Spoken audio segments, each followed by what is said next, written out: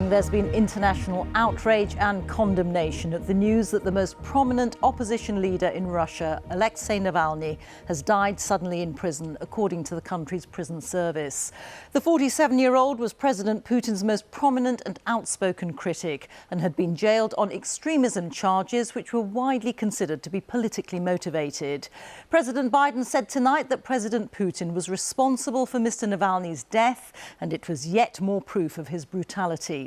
Alexei Navalny's wife Yulia said if the reports were true, Vladimir Putin would not go unpunished for her husband's death. Let's go first tonight to Moscow and to our Russia editor, Steve Rosenberg. Steve. Reeta, of all the critics and opponents that Vladimir Putin has faced, Alexei Navalny was by far the most active, the most vocal and the most dangerous to the authorities. Why? Because he had charisma. He had organisational skills and he had this rare ability to connect with people. But in recent years, his friends and family had feared for his safety, especially after he was put in prison 3 years ago. And today came the shock announcement that he was dead. Smiling, cracking jokes. This was Alexei Navalny yesterday as he gave testimony by video link from prison. Even court officials managed to smile. But today, Russia's prison service said that Mr. Navalny was dead. It claimed that inside this penal colony he'd fallen unconscious and that medical teams couldn't save him. Russian TV rarely mentions Alexei Navalny. It read out the prison service statement about his death and moved on to other news. He was Vladimir Putin's most vocal critic, a protest leader, an anti-corruption campaigner who'd long clashed with the Kremlin. I remember this 6 years ago. Alexei Navalny is Russia's most prominent opposition figure and President Putin's most vocal critic. He's been barred from running in the presidential election. He's now being arrested by police. In 2020, in Siberia, he'd been poisoned with a nerve agent and airlifted to Germany for life-saving treatment. He accused the Kremlin of trying to assassinate him. But as a politician, he felt he couldn't stay away from Russia. When he returned the following year, he was arrested on arrival. He'd been in prison ever since, his friends and family fearing for his safety. Just hours after Alexei Navalny was reported dead, his wife Yulia made a dramatic appearance at the Munich Security Conference. She couldn't confirm his death, but... If it's true, I want Putin and his whole entourage, his friends and his government to know that they will be held responsible for everything they've done to our country, to my family and to my husband. And this day will come very soon. And once she'd finished speaking, from the hall, a standing ovation. Back in Russia, President Putin was meeting industrial workers. He made no mention of Alexei Navalny. He knew that by taking on the authorities, he was taking a risk. My message for the situation when I'm killed is very simple: not give up. Not all Russians supported Alexei Navalny, but in Moscow and in other Russian towns, people came out to remember him. In a country where dissent has been silenced, for many here, just doing this was an act of courage. So at this makeshift shrine, people have been putting down portraits of Alexei Navalny. They've been laying roses and carnations and lighting candles, as you can see. And here at the end, there's a sign which says, "We won't forget and we won't forgive." There's a palpable sense of disbelief. I was see the news on my phone, and first my reaction was like, it's just a joke, it can be real. But then the news was coming more and more and more, and I was crying like for 1 hour. What was your reaction when you heard the news about his death? I was with my friends. I was broken. I I really thought that it couldn't happen. Like, never. That's the phrase I've heard so often from Russians in recent times. We never thought it could happen. Steve Rosenberg, BBC News, Moscow. Well, there's been shock and dismay around the world at the news of Mr. Navalny's death. Our security correspondent Gordon Corera has more. Tonight, vigils have been marking the death of Alexei Navalny, like this one in Tbilisi, Georgia. Others have taken place in London and in Berlin. He is the latest and most high-profile of Vladimir Putin's critics to meet an untimely end. It's a moment which has been met with outrage from Western leaders. Make no mistake, Putin is responsible for Navalny's death. Putin is responsible.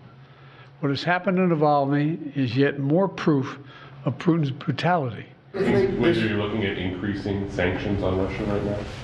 We're looking at a whole number of options. That's all I'll say right now. We should be clear about what has happened here. Putin's Russia imprisoned him, trumped up charges against him, poisoned him, sent him to an Arctic penal colony, and now he's tragically died.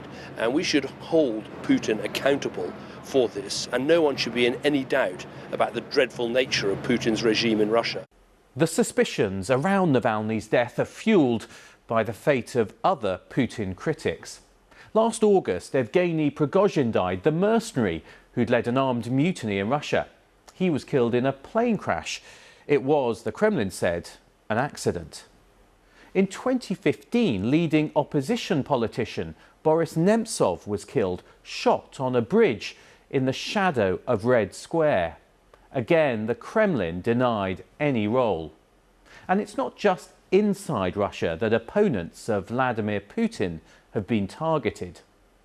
In 2018, Sergei Skripal, who spied for Britain, was targeted in Salisbury along with his daughter. Novichok, the same nerve agent once used on Navalny, nearly killed them. And in 2006, there was the death of Alexander Litvinenko, a former intelligence officer and a fierce critic of Vladimir Putin, poisoned with radioactive polonium in London. Since Vladimir Putin gave the order for the invasion of Ukraine 2 years ago, questions have grown about how far Russia's leader is willing to go. This is what Ukraine's president had to say today. Obviously, he was killed by Putin, like thousands of others who have been tormented and tortured because of this one person. Putin does not care who dies, as long as he retains his position, and that is why he must not keep anything. Putin must lose everything. It's not yet clear exactly what happened to Alexei Navalny, but Vladimir Putin's critics seem to know who they hold responsible. Gordon Corera, BBC News. Well, in a moment, we'll go back to Steve Rosenberg in Moscow. But first, let's talk to our chief international correspondent, Lyse Doucet, who's at that security conference in Munich for us. And Lyse, world leaders are openly pointing the finger at Vladimir Putin. But is that outrage likely to be turned into any action? Well, 3 years ago, President Biden vowed devastating consequences if Alexei Navalny was to die behind bars. I heard much the same today from Lord Cameron, wherein he said here in Munich there should be consequences. But what? So much of what could be done to punish or try to contain President Putin has already been done. Wide-ranging sanctions imposed after Russia's full-scale invasion of Ukraine 2 years ago, although many question the effectiveness of the sanctions. President Putin has been indicted by the International Criminal Court, a court he mocks. But earlier today, I also spoke to Estonia's Prime Minister, Kaja Kallas. And like all of Russia's immediate neighbors, she's always thinking about how to deal with this threat right on the borders. And she had 2 steps that she recommended. Russia's foreign assets, seizing them and spending that money to rebuild Ukraine, something she says that President Putin feels. And secondly, establishing a special tribunal for accountability.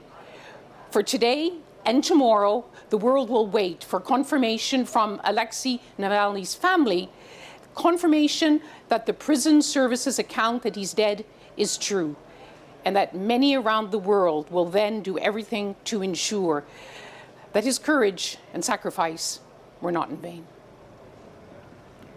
And Steve, in Moscow, Alexei Navalny was the most prominent of Putin's critics. Where does this now leave opposition to the president in Russia?